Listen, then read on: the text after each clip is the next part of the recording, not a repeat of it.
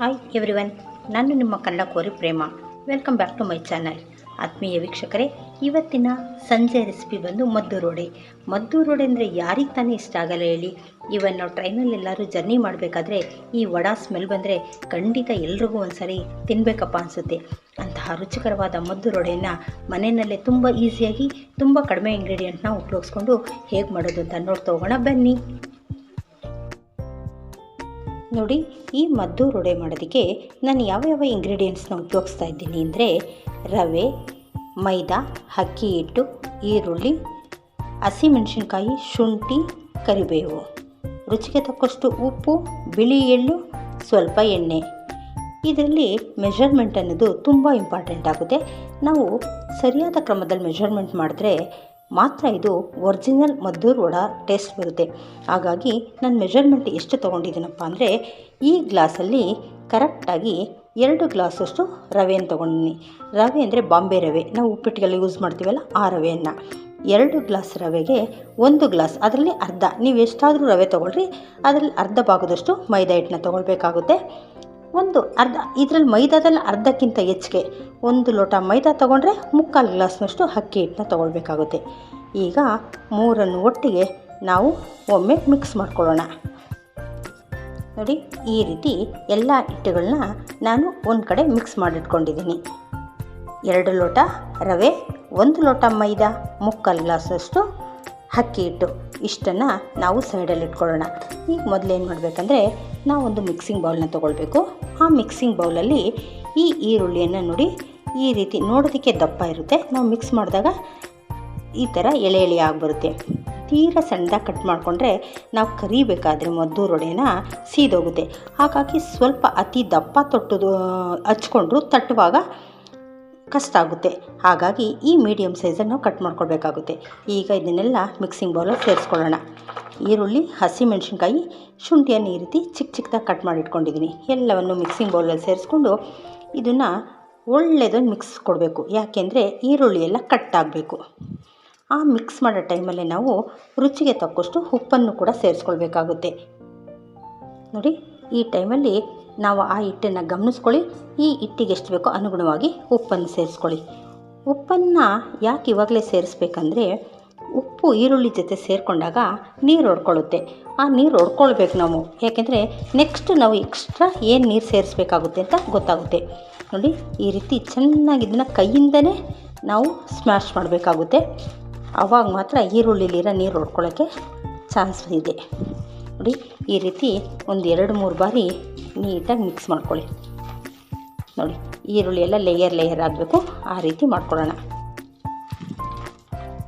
ನೋಡಿ, ಈ ರೀತಿಯಾಗಿ ನೀಟಾಗಿ ಒಂದು 3-4 ನಿಮಿಷ ಚೆನ್ನಾಗಿ ಸ್ಮ್ಯಾಶ್ ಮಾಡಿದ್ರೆ ಈ ಥರ ಎಳೆಯಾಗಿ ಈರುಳ್ಳಿ ಎಲ್ಲ ಬಿಟ್ಕೊಳುತ್ತೆ. ನೋಡಿ, ನೀರಿನ ಅಂಶನೂ ಬಿಟ್ಕೊಳ್ತು. ಈಗ ನಾವು ಉಳಿದಿರೋ ಪದಾರ್ಥಗಳನ್ನ ಸೇರಿಸ್ಕೊಳ್ಳೋಣ. ನಾನು ಇದಕ್ಕೆ 2 ಟೇಬಲ್ ಸ್ಪೂನ್ ಆಗೋಷ್ಟು ಬಿಳಿ ಎಳ್ಳನ್ನ ತೊಗೊಂಡಿದ್ದೀನಿ, ಅದನ್ನು ಸೇರಿಸ್ತಾ ಇದ್ದೀನಿ. ಈಗ ಈ ತೊಗೊಂಡಿರೋಂಥ ಹಿಟ್ಟನ್ನು ಕೂಡ ಇದರಲ್ಲಿ ಸೇರಿಸ್ಕೊಳ್ಳೋಣ.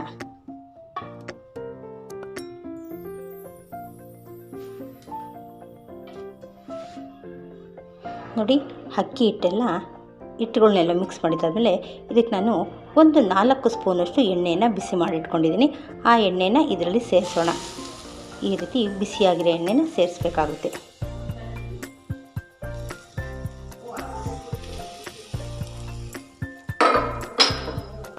ನೋಡಿ, ಈ ರೀತಿ ಎಣ್ಣೆ ಸೇರಿಸಿದ್ದಾದಮೇಲೆ ನಾವು ಇದನ್ನು ಸ್ಪೂನ್ ಸಹಾಯದಿಂದ ಮಿಕ್ಸ್ ಮಾಡ್ಕೊಳ್ಳೋಣ.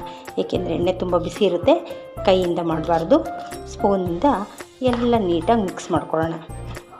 ಜೊತೆಗೆ ಈರುಳ್ಳಿನೂ ಇದ್ರ ಜೊತೆ ಮಿಕ್ಸ್ ಆದಾಗ ನಮಗೆ ಮೇಲಿನೇನು ಎಕ್ಸ್ಟ್ರಾ ನೀರು ಸೇರಿಸ್ಬೇಕು ಅಂತ ಗೊತ್ತಾಗುತ್ತೆ. ಇದು ಹೆಚ್ಚು ನೀರೇನು ಹಿಡಿಯೋಲ್ಲ, ಏಕೆಂತಂದರೆ ಈರುಳ್ಳಿಲಿರೋ ನೀರೇ ಸಾಕಾಗುತ್ತೆ. ಜೊತೆಗೆ ಒಂದು ಸ್ವಲ್ಪ ನೀರು ಮಾತ್ರ ಬೇಕಾಗುತ್ತೆ. ಹಾಗಾಗಿ ನೀಟಾಗಿ ಮೊದಲು ಮಿಕ್ಸ್ ಮಾಡ್ಕೊಂಡು ಬಿಡೋಣ. ನೋಡಿ, ಈಗ ಬಿಸಿ ಕಡಿಮೆ ಆಗಿದೆ. ಈಗ ಕೈಯಿಂದನೇ ನಾವು ಮಿಕ್ಸ್ ಮಾಡ್ಕೊಳ್ಬೋದು. ಈ ರೀತಿ ಎಣ್ಣೆ ಎಲ್ಲ ಕಡೆಗೂ ಸೇರಿಕೊಳ್ಳಿ, ನೀಟಾಗಿ ಮಿಕ್ಸ್ ಮಾಡಿ. ನೋಡಿ, ಸ್ವಲ್ಪ ಹಿಟ್ಟೆಲ್ಲ ವೆಟ್ಟಾಗಿದೆ. ಈಗ ಇದ್ರ ಜೊತೆಗೆ ನೋಡಿಕೊಂಡು ಸ್ವಲ್ಪನೇ ನೀರನ್ನು ಸೇರಿಸ್ಕೊಂಡು ಕಲಿಸ್ಕೊಳ್ಳೋಣ.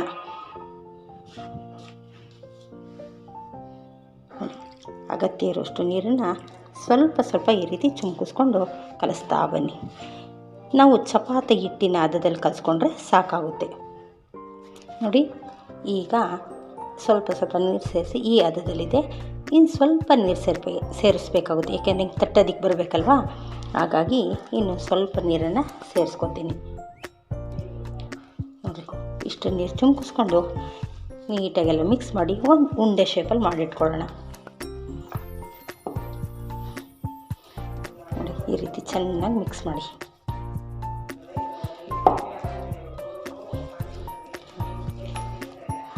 ನೋಡಿ, ಈ ಹದದಲ್ಲಿದ್ದರೆ ಸಾಕಾಗುತ್ತೆ. ನೋಡಿ, ಈಗ ತಟ್ಟೋದಕ್ಕೆ ಬರುತ್ತೆ. ಇಷ್ಟಾದರೆ ಸಾಕಾಗುತ್ತೆ. ನೋಡಿ, ಈಗ ಹಿಟ್ಟು ರೆಡಿಯಾಗಿದೆ. ಈಗ ನಾನು ಎಣ್ಣೆಯನ್ನು ಬಿಸಿಗಿಡ್ತೀನಿ. ಇದನ್ನೇ ನಾವು ರೆಸ್ಟ್ ಮಾಡೋದಕ್ಕೆ ಬಿಡೋದೇನು ಬೇಡ, ಕಲಸಿದ ತಕ್ಷಣವೇ ನಾವು ಹಾಕ್ಕೊಳ್ಬೋದು. ಹಾಗಾಗಿ ಎಣ್ಣೆ ಬಿಸಿ ಆಗೋವರೆಗೂ ಇದನ್ನು ರೆಸ್ಟ್ ಮಾಡಲಿ. ನೋಡಿ, ಎಣ್ಣೆ ಬಿಸಿ ಆಗೋಷ್ಟರಲ್ಲಿ ನಾವು ಉಂಡೆಗಳನ್ನ ರೆಡಿ ಮಾಡಿಟ್ಕೊಳ್ಳೋಣ. ನಿಮಗೆ ಯಾವ ಸೈಜಲ್ಲಿ ವಡೆ ಬೇಕೋ ಆ ಸೈಜಲ್ಲಿ ನಾವು ಉಂಡೆಗಳನ್ನ, ನೋಡಿ ಈ ಸೈಜ್ ಆದರೆ ಸಾಕಾಗುತ್ತೆ. ಈ ರೀತಿ ಉಂಡೆಗಳನ್ನ ಮಾಡಿ ರೆಡಿ ಮಾಡಿಟ್ಕೊಳ್ಳೋಣ. ಈ ರೀತಿ ರೌಂಡ್ ಶೇಪಲ್ಲಿ ಮಾಡಿಟ್ಕೊಂಡ್ರೆ ನಾವು ಒಂದೊಂದೇ ತಟ್ಟಿ ಎಣ್ಣೆ ಒಳಗಡೆ ಸೇರಿಸ್ಬೋದು. ನೋಡಿ, ಈ ಉಂಡೆಗಳು ಮಾಡಿದ ಮೇಲೆ ಈ ರೀತಿ ಒಂದು ಪ್ಲಾಸ್ಟಿಕ್ ಕವರ್ ಆದರೂ ಆಗಲಿ, ಬಟರ್ ಪೇಪರ್ ಯಾವುದಾದ್ರೂ ತೊಗೊಳ್ಳಿ. ಆ ಕವರ್ಗೆ ಸ್ವಲ್ಪ ಎಣ್ಣೆಯನ್ನು ಹಚ್ಕೊಂಡು ನಾವು ಇದನ್ನು ತಟ್ಟುತ್ತಾ ಬರಬೇಕು. ತುಂಬ ತೆಳುವಾಗಿ ತಟ್ಟಬಾರ್ದು, ಯಾಕೆ ಅಂತಂದರೆ ಅದು ಗಟ್ಟಿಯಾಗ್ಬಿಡುತ್ತೆ. ಈ ಮದ್ದೂರು ವಡೆ ಹೇಗಿರಬೇಕು ಅಂದರೆ ಮೇಲೆ ಕ್ರಿಸ್ಪಿಯಾಗಿರಬೇಕು, ಒಳಗಡೆ ಮೃದುವಾಗಿರಬೇಕು. ಆ ಈರುಳ್ಳಿಗಳು ಸೈಡಾಗಿ ಸಿಕ್ಕಿದಾಗ ಸ್ವಲ್ಪ ಕವರ್ ಮಾಡ್ಕೊಳ್ತಾ ತಟ್ಕೊತಾ ಬನ್ನಿ. ನೋಡಿ, ಈ ಸೈಜ್ ಇದ್ದರೆ ಸಾಕಾಗುತ್ತೆ, ಸ್ವಲ್ಪ ದಪ್ಪ ಇರಲಿ.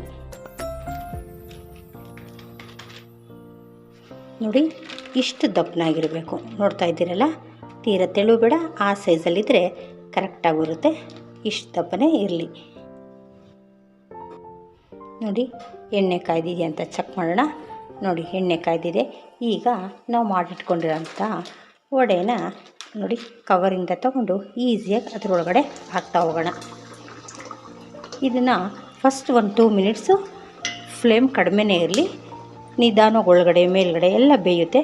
ಆಮೇಲಿಂದ ಬೇಕಾದ್ರೆ ಮೀಡಿಯಮ್ ಫ್ಲೇಮಲ್ಲಿ ಬೇಯಿಸ್ಕೊಳ್ಳೋಣ. 2-3 ಒಮ್ಮೆಲೆ ಹಾಕ್ಬೋದು. ಹಾಗಾಗಿ ಬಾಣಲಿ, ನಿಮ್ಮ ಎಣ್ಣೆ ಬಾಣಲಿ ಸೈಜಿಗೆ ಅನುಗುಣವಾಗಿ ಎಷ್ಟು ಬೇಕೋ ಅದನ್ನು ಹಾಕ್ತಾ ಬನ್ನಿ.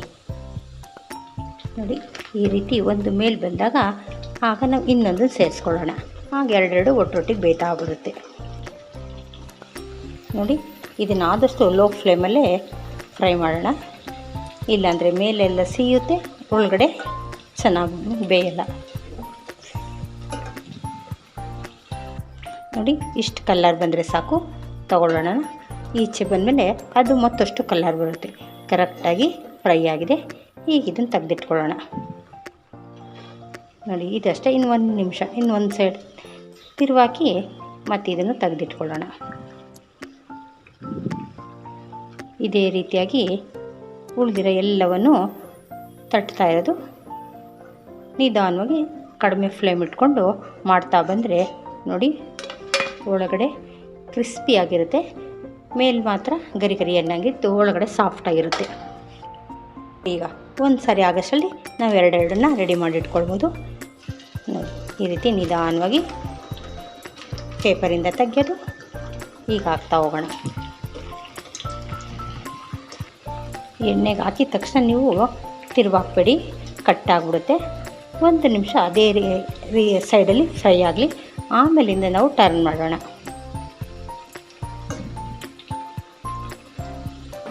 ನೋಡಿ, ಈಗ ನಾವು ಫ್ರೈ ಮಾಡ್ಕೊಂಡು ಈಗ ನಾವು ಮತ್ತೊಂದು ಸೈಡ ಟರ್ನ್ ಮಾಡಿದ್ರೆ 2 ಕಡೆ ಈಕ್ವಲ್ಲಾಗಿ ಫ್ರೈ ಆಗ್ತಾ ಹೋಗುತ್ತೆ. ನೋಡಿ, ಈಗಿದು 2 ಕೂಡ ರೆಡಿಯಾಗಿದೆ. ಈಗ ಇದನ್ನು ತೆಗೆದಿಟ್ಕೊಳ್ಬೋದು. ನೋಡ್ತಾ ಇದ್ದೀರಾ, ಈ ಕಲರಲ್ಲಿ ಫ್ರೈ ಆದರೆ ಸಾಕಾಗುತ್ತೆ. ಎಣ್ಣೆ ನಿಧಾನವಾಗಿ ಸೋರಿಸಿ ತೆಗೆದಿಟ್ಕೊಳ್ಳೋಣ. ಈಗ ಇದೇ ರೀತಿಯಾಗಿ ಉಳಿದಿರೋ ಎಲ್ಲನೂ ಎಣ್ಣೆ ಬಾಣಲೆ ಸೇರಿಸ್ತಾ ಹೋಗೋಣ. ನೀಟಾಗಿ ಫ್ರೈ ಮಾಡ್ತಾ ಹೋದರೆ ರೆಡಿ ಆಗುತ್ತೆ. ನೋಡಿ, ರುಚಿಕರವಾದಂತಹ ಮದ್ದೂರು ವಡೆ ಸವಿಯಲು ಸಿದ್ಧವಾಗಿದೆ. ನಿಜಕ್ಕೂ ಈ ರೀತಿ ಒಮ್ಮೆ ಮಾಡಿ ನೀವೆಲ್ಲರೂ ತುಂಬ ಇಷ್ಟಪಡ್ತೀರಾ. ರಿಯಲ್ ಮದ್ದೂರಲ್ಲೇ ಹೋಗಿ ಸವಿದಷ್ಟು ಫೀಲ್ ಆಗುತ್ತೆ. ಹಾಗಾಗಿ ನಿಮ್ಮೆಲ್ಲರಿಗೂ ಈ ರೆಸಿಪಿ ಇಷ್ಟ ಆಗಿದ್ರೆ ಲೈಕ್, ಶೇರ್, ಸಬ್ಸ್ಕ್ರೈಬ್ ಮಾಡೋದನ್ನ ಮರಿಬೇಡಿ. Thank you.